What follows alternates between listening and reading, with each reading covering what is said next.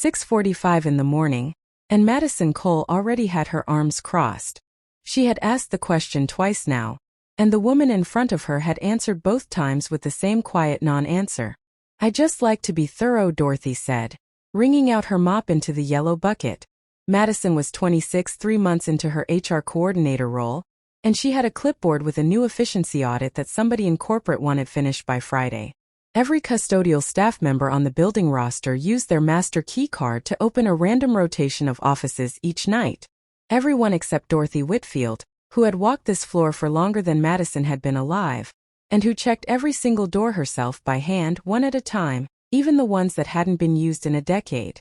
"You've been doing the same route for how long now?" Madison asked, glancing at a form that only listed Dorothy's start date as a number too old to make sense of. "Long enough," Dorothy said, and kept moving. The building was still empty at this hour, the kind of empty that made every sound feel too loud, her cartwheels catching on the tile in the same rhythm they always did. Above them, glass corners caught the first gray light before anyone with a badge and a 9 o'clock meeting had even poured their coffee. Executives would come through those doors in an hour, walk right past the cart without looking down the way they always did. Dorothy reached the far end of the hallway and slowed. She stood in front of one door longer than she had stood in front of any of the others that morning, her hand resting flat against the frame like she was listening for something on the other side. Madison opened her mouth to ask why. But before Madison could get the question out, her phone buzzed against her hip, and the moment folded itself back into the ordinary business of the morning. By the time the elevator doors opened 3 weeks later, that pause in front of the door had already become one more thing nobody asked me about. The new department head arrived on a Monday with a box of branded water bottles for the floor and a laminated org chart under his arm. Chad Ellison introduced himself to every director by name and shook their hands twice, once when he met them and once for the photo somebody took for the company newsletter. He never once looked at me directly, not that first day, not the second. "Whose cart is this blocking the hallway?" he asked a coworker on day 4, standing close enough that I could have answered him myself. "That's Dorothy's," the coworker said. "Can somebody tell Dorothy to keep it against the wall?" he said, already walking away. I moved the cart. I always moved the cart. It became a pattern quick enough that I stopped waiting for it to change. A trash can left 6 inches from where he wanted it became a mark against me in a meeting I wasn't in. A smudge on the glass wall outside the boardroom, one I hadn't even reached yet that morning, got mentioned to 3 people before it got mentioned to me.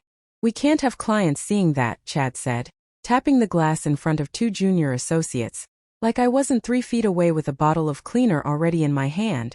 "I'll get it now," I said. He didn't answer.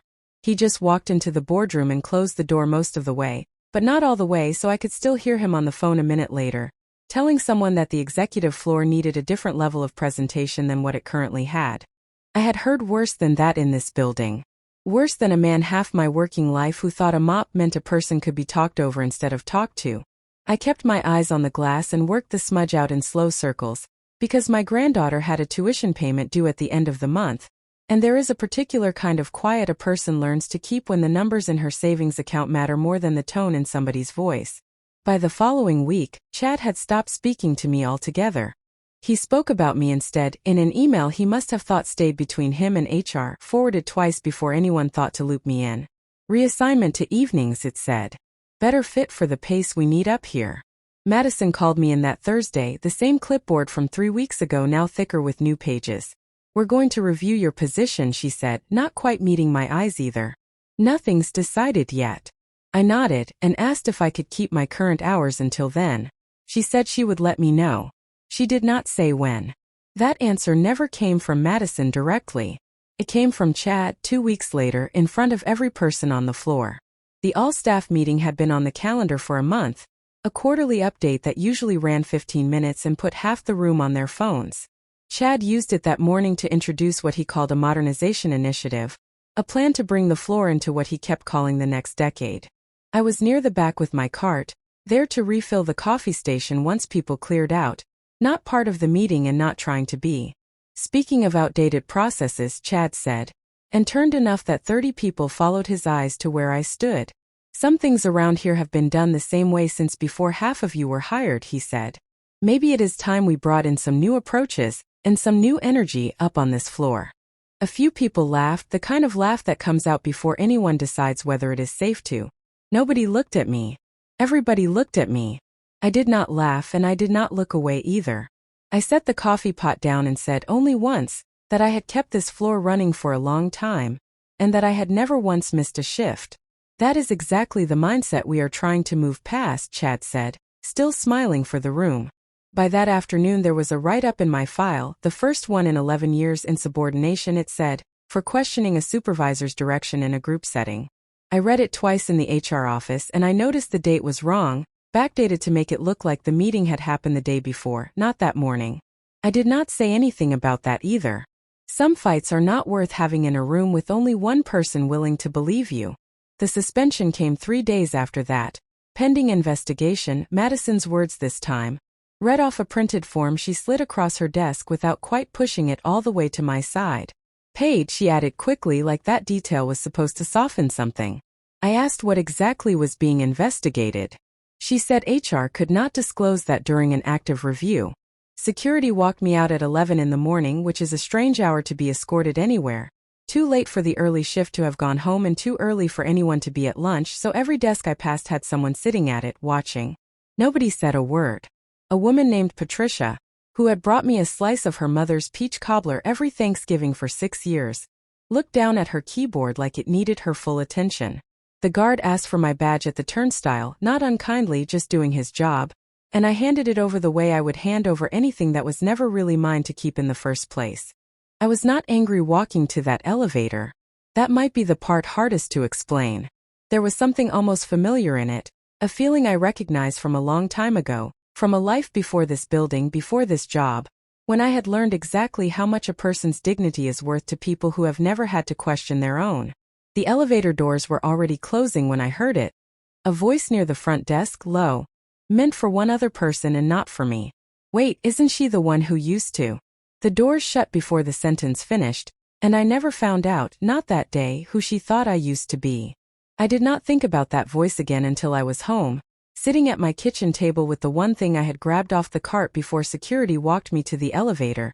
A small leather folder, soft at the corners from years of being handled, that I kept tucked under the cleaning supplies where nobody had reason to look.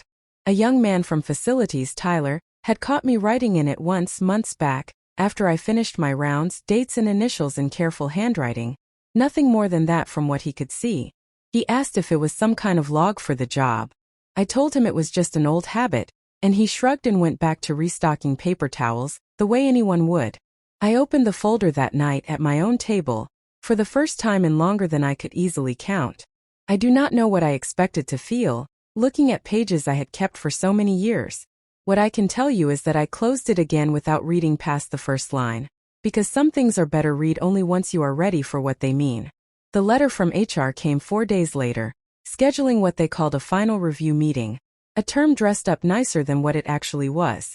I read it standing in my kitchen, still in my coat, and I did not need anyone to explain what a meeting like that meant after 11 years and one backdated write-up. Madison called the next morning to confirm the time. She asked, almost as an afterthought, if I planned to bring anyone with me, a spouse, a representative, someone from the union the custodial staff technically had access to but rarely used. I told her yes, I would be bringing someone to speak on my behalf. She did not ask who. I did not offer it. The conference room on the day of the meeting was the same one where Chad had once tapped his finger against the glass. He sat at the head of the table this time, a folder in front of him thick enough to look official, though I doubted more than 2 pages of it were true. Madison sat to his left. A company attorney I had never met sat to his right, brought in, she explained, purely as a formality given the length of my employment. Chad thanked her for making the time, the way a man thanks someone for confirming what he already believes. We wanted to give you the chance to hear this directly, Chad said, opening the folder. I sat with my hands folded on the table, and I did not fill the silence the way people expect a person in my position to fill it. Madison shifted twice in her chair before he had said more than 2 sentences. The attorney kept glancing at the clock on the wall, then at the door, then at her phone, as if she had somewhere else to be and had already decided this would not take long. Given the pattern of conduct outlined here, Chad began, and effective as of today. He did not get to finish the sentence. There was a knock at the door, 3 even knocks, unhurried, the kind of knock that did not ask permission so much as announce that permission was no longer the point. Madison looked toward it first, then Chad. His voice trailing into something less certain than it had been a second earlier. The attorney sat up straighter. Nobody in that room was expecting anyone. I had not told them who I asked to come, and Madison had never pressed me for a name. The handle turned before anyone said come in. A man in a gray overcoat stepped into the room, silver-haired, maybe 70, carrying nothing but a slim briefcase and the kind of ease that comes from never once having to explain why you belong somewhere. He looked at Chad first, then at Madison, then his eyes settled on me, and something in his face shifted into an expression none of them in that room had ever once aimed in my direction. It was not pity. It was not politeness. It was recognition. "Dorothy," he said, and crossed the room to take the empty chair beside mine without being invited to sit in it. "Robert," I said. "Thank you for coming." Chad's folder was still open in front of him, his mouth still shaped around the sentence he had not finished. He looked at Robert, then at me, then back at Robert, waiting for someone to explain a connection he could not place. "I'm sorry it took this long," Robert said to me, quiet like the other 3 people at the table were not quite the point of the sentence. "After everything, I always figured you'd call me the day something like this happened. I wanted to see if I still had a choice not to," I said. Robert nodded slowly, the way a person nods at something they have wondered about for years, and finally gotten an answer to. Then he looked toward the folder in Chad's hands, and toward the attorney, whose posture had gone very still. "Is this the review committee?" Robert asked, pleasant enough, though something underneath it had already turned the temperature of the room. "We are conducting a personnel matter," the attorney said carefully, "and you are." Robert did not answer her directly. He looked at me instead. "Are you finally ready to use the agreement?" he asked. "The one from your husband's estate. The one we drew up together longer ago than most people in this building have been alive." Madison's pen stopped moving. Chad's mouth opened, then closed without a single word coming out of it. The attorney's eyes moved from Robert to the folder in front of Chad, then to me, doing the kind of math that changes a person's whole posture in under 3 seconds. I reached into my bag and set my own folder on the table, the leather one, worn soft at the corners, the one I had closed the night before without reading past the first line. I opened it now. Inside were pages I had not looked at properly in years, copies of a trust agreement, my late husband's name beside mine, and beneath both of ours, the signature of a man who had once owned this entire building before anyone in that room had been hired to work in it. "My husband pulled Walter Higgins out of a car wreck on Lower Wacker Drive 34 years ago," I said, sliding the first page so it faced Chad instead of me. "Walter did not have family close by, and he was not well for a long time after that. I sat with him some evenings after my shift because nobody else was going to. When he recovered, he wanted to do something for us that we could not repay him for, so instead he did something we could not undo. He put both our names on a piece of paper neither of us fully understood the size of until years later. I kept working here," I said, "because I wanted to know exactly how people treated the woman with the mop when they had no idea she could do anything about it." Robert set his own copy on the table, initialed pages dated matching mine. "This trust holds a controlling interest in the holding company that owns this building," he said, "and every company that leases floor space in it, including this one. Mrs. Whitfield has had the authority to sit on this board for over a decade. She has simply never chosen to use it until now. Nobody at that table reached for their coffee. Nobody reached for anything." The attorney was the first to move, sliding the termination paperwork away from Chad's side of the table, back toward her own. The way a person moves something they no longer want their name attached to. "Given what's on record here," she said carefully, looking at the write-up, "the suspension, the timeline, this raises some very serious retaliation concerns. Under our own conduct policy, and frankly under EOC guidance, that review needs to go the other direction." Chad had not said a word since Robert sat down. He looked at the folder in front of him, then at mine, then at Robert, doing the math on which one of them was actually in trouble in that room. "That's not," he started and stopped because there was nothing true left to finish the sentence with. Madison closed her clipboard slowly, the same one that had followed me around for 2 months, and set it face down on the table. "I think we need to pause this meeting," she said, "and open a different one." Chad's hands were still resting on a folder that no longer meant anything, and for the first time since he had walked onto that floor, he looked like a man waiting to hear if he still had a job come Monday. He did not have to wait long for his answer. By Wednesday, leadership had convened a closed-door session that did not include him, and by Thursday morning, his badge no longer opened the executive floor elevator. The company terminated Chad for cause, citing the documented pattern in my file, the backdated write-up, and what the internal review called a clear instance of retaliation following protected conduct.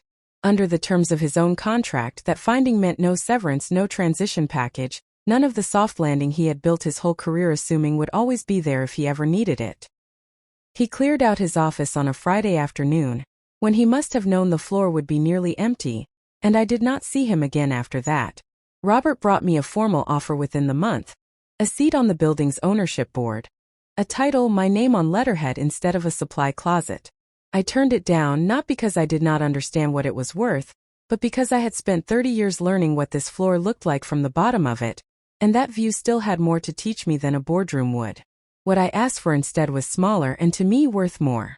A fund set up in my husband's name to help custodial and facilities workers across the building's properties finish degrees, cover legal fees if they were ever treated the way I had been treated, and know somebody with actual authority was paying attention to how they were spoken to. Robert signed off on it within a week. The break room got a small plaque about it eventually, tucked beside the coffee machine, easy to miss unless you were looking for it, which was exactly how I wanted it.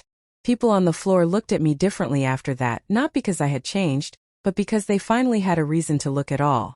Patricia found me refilling my cart one morning and stood there a long moment before she said anything. I should have said something back when they walked you out, she said. I've thought about that a lot. You had a job to protect too, I told her, and I meant it. I was not interested in collecting apologies like they owed me a debt. Most people in that room had never been taught to look twice at someone pushing a mop, and I could not fault every one of them for a lesson nobody had ever given them the chance to learn. It was Tyler, the young man from facilities, who finally asked the question everyone else had been too careful to say out loud. Why didn't you ever tell anybody, he asked, leaning against the doorway of the supply room. All these years. I thought about that for a moment before I answered him. Because I wanted to know how this building treated a woman nobody thought was worth watching. I told him, and once I knew, I did not need the title to feel like myself. I needed the truth of it more than I ever needed the credit for it. Tyler nodded slowly, like he understood only part of it, which was fine, because some things take longer than a conversation in a supply room doorway to fully land. I still come in before anyone else. That part never changed. I still walk the same hallway, check the same doors by hand, though there is no cart waiting for me at the end of it anymore. Just my own set of keys and a quiet floor that knows my footsteps better than it knows most people's names. Some habits are not about the job. They are about who you decided to be a long time before anyone was paying attention to notice. Most mornings I get there early enough to watch the sun come up through the glass on the east side. That first low light moving slow across the floor Chad once stood on to make his jokes. The floor where Madison once slid a clipboard across a desk without meeting my eyes. None of that anger stayed with me the way people might expect it to. What stayed was simpler than that. I had always known who I was long before anyone else in that building figured it out. The title never made that true. It only made it visible. I lock up most nights now, later than I probably need to, just to walk the halls one more time before I go home. And some evenings, standing there in that quiet, I find myself wondering the same thing I would ask anyone watching this. How many people have you walked past today without ever once wondering what their whole story might be?